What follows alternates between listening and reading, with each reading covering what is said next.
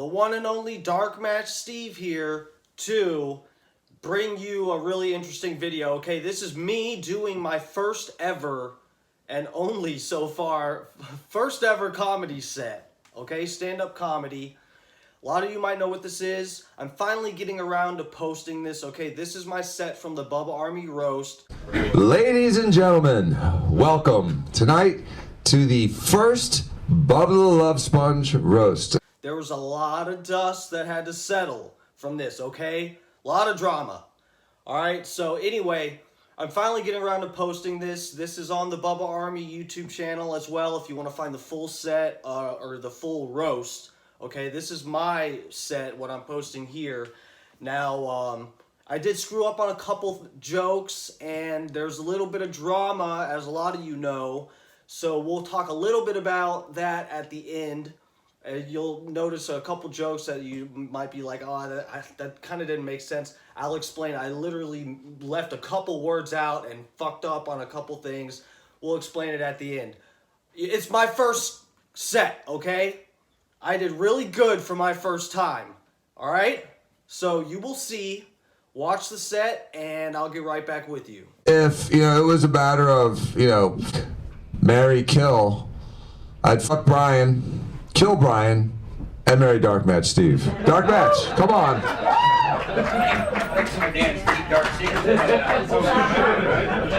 Dan's coming out of the closet tonight. Oh, Jesus. Dan, thank you for that intro. I consider this our first date. Somebody put a timer on him. Okay. Oh, shit. Okay, he's a doctor, lawyer, coach, hero, now roast master. Original roast master is Jeff Ross. Dan, you have some really ugly shoes to fill. Jeff Ross looks like Dr. Dan if he was tossing a pizza and it landed on his face. Let's see. Dan, you're so hot, I would fuck your shadow on an ant mound. I would suck off Jeff Ross just to smell your Ferrari exhaust. If Lummy drew a picture of you on a bag of trash, I would fuck that too. Dan, I couldn't come up with any insults, so I'm gonna have to move on. You're too perfect. Jay, I hate to disappoint you. I'm not as gay for you as I am for Dan. Cool. Jay's fine with that. Jay, you look like if wait, hold on. Jay, you look like Dan if Dan switched from Camels to Marlboros because he's vegan. Steve Diaco looks like Dan if Dan grew up getting bullied by Dan and having his food portion stolen, which stunted his growth.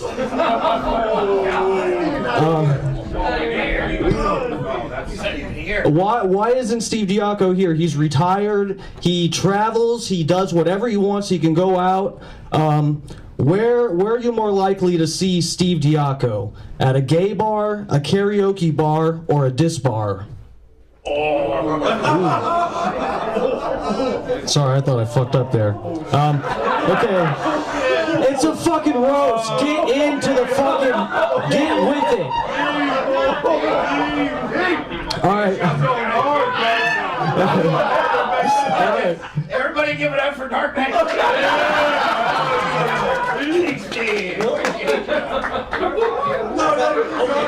Thank God that was a joke. Okay. Wrap it up. All right. It's way too fucking crazy. All right, hold on.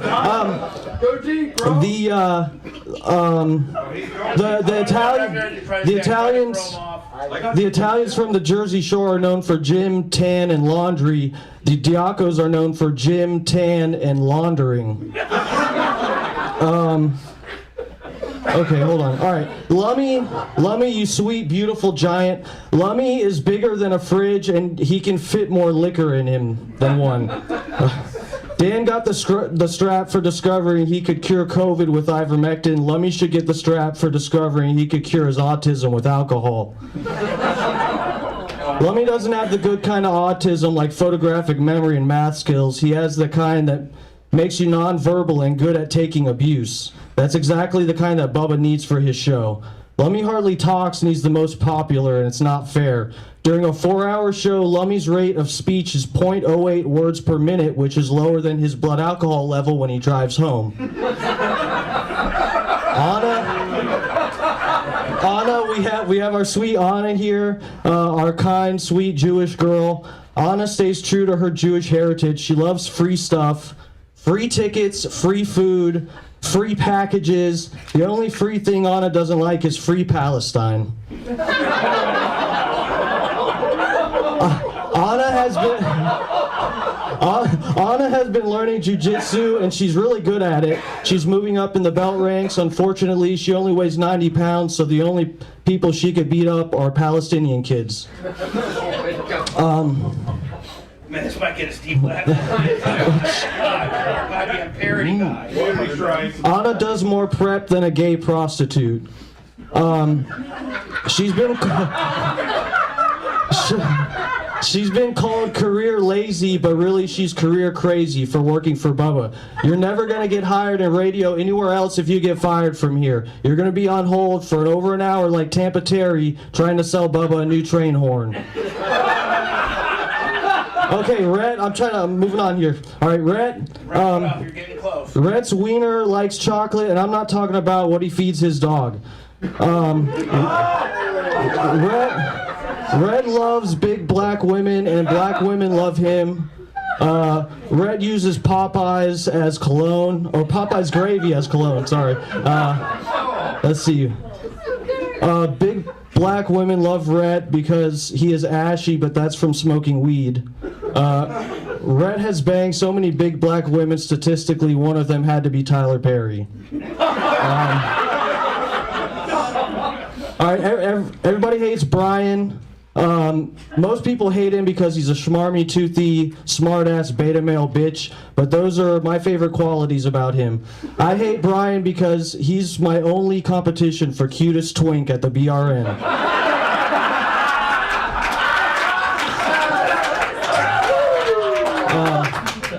Brian's younger than me, but he looks like he could be my boy toy.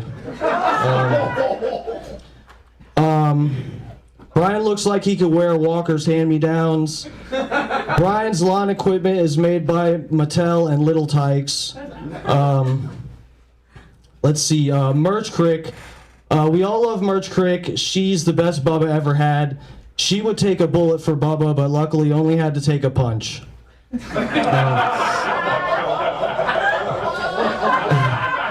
I'm sorry. Merch Crick's diet consists of bread, fries, and packing peanuts. Merch Crick, if you ever have to wipe Bubba's ass, remember, front to back. Tara, it's great to finally see you and Bubba in the same room. Now I know for sure you aren't Bubba in a wig. That's probably why Tara gropes Bubba all the time, because he gets confused. Janie Cakes, your son has terrorized the world verbally for decades.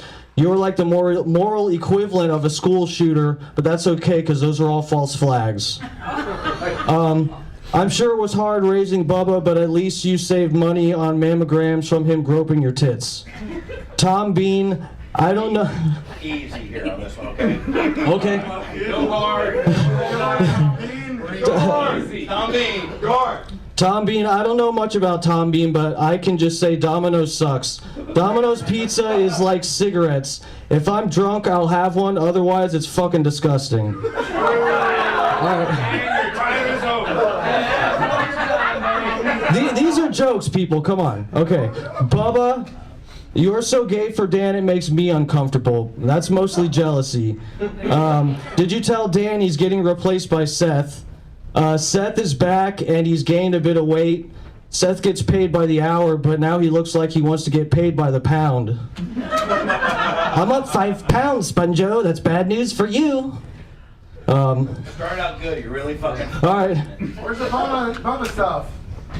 My favorite thing about the Bubba Show is Hot Mic, where you can hear the hosts talk between segments, and if they mention anything remotely funny or interesting, they're told to shut up and save it for the air.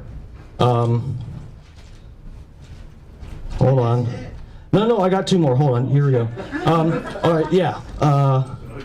Bubba, we appreciate you staying in Tampa and entertaining us when we all know you'd rather be back in Indiana. Bubba flew all the way back to Indiana just to coach kids at his old high school. The only people to fly further to play with kids was Jeffrey Epstein, Ghislaine Maxwell, Bill Gates, the Clintons, Laura Silsby, Chris Tucker, Naomi Campbell, Oprah. So I'm getting out of time here. There's new names coming out this year. Epstein logs. Okay. Bubba, this is my last thing. Bubba, a few years ago, I sent you my first songs, a few short years ago. And I called and I asked for a job. Bubba said, I won't make you an employee, but I'll make you a star. Here we are years later, and I'm neither.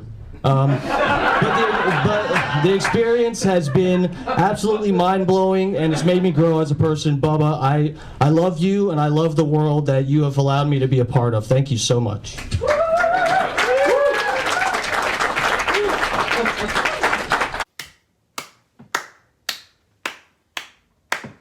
I did so good. I did so good. Okay, so let's talk about the drama, all right? And we'll just speak on this a little bit. Look, if you want the full breakdown of the issue between me and Bubba with this roast, go look on my YouTube channel. It's my reaction to the roast. I didn't post my set then. I just kind of reacted to what the drama was. So you want a full breakdown, look at that. But as you can see, I almost got kicked off stage.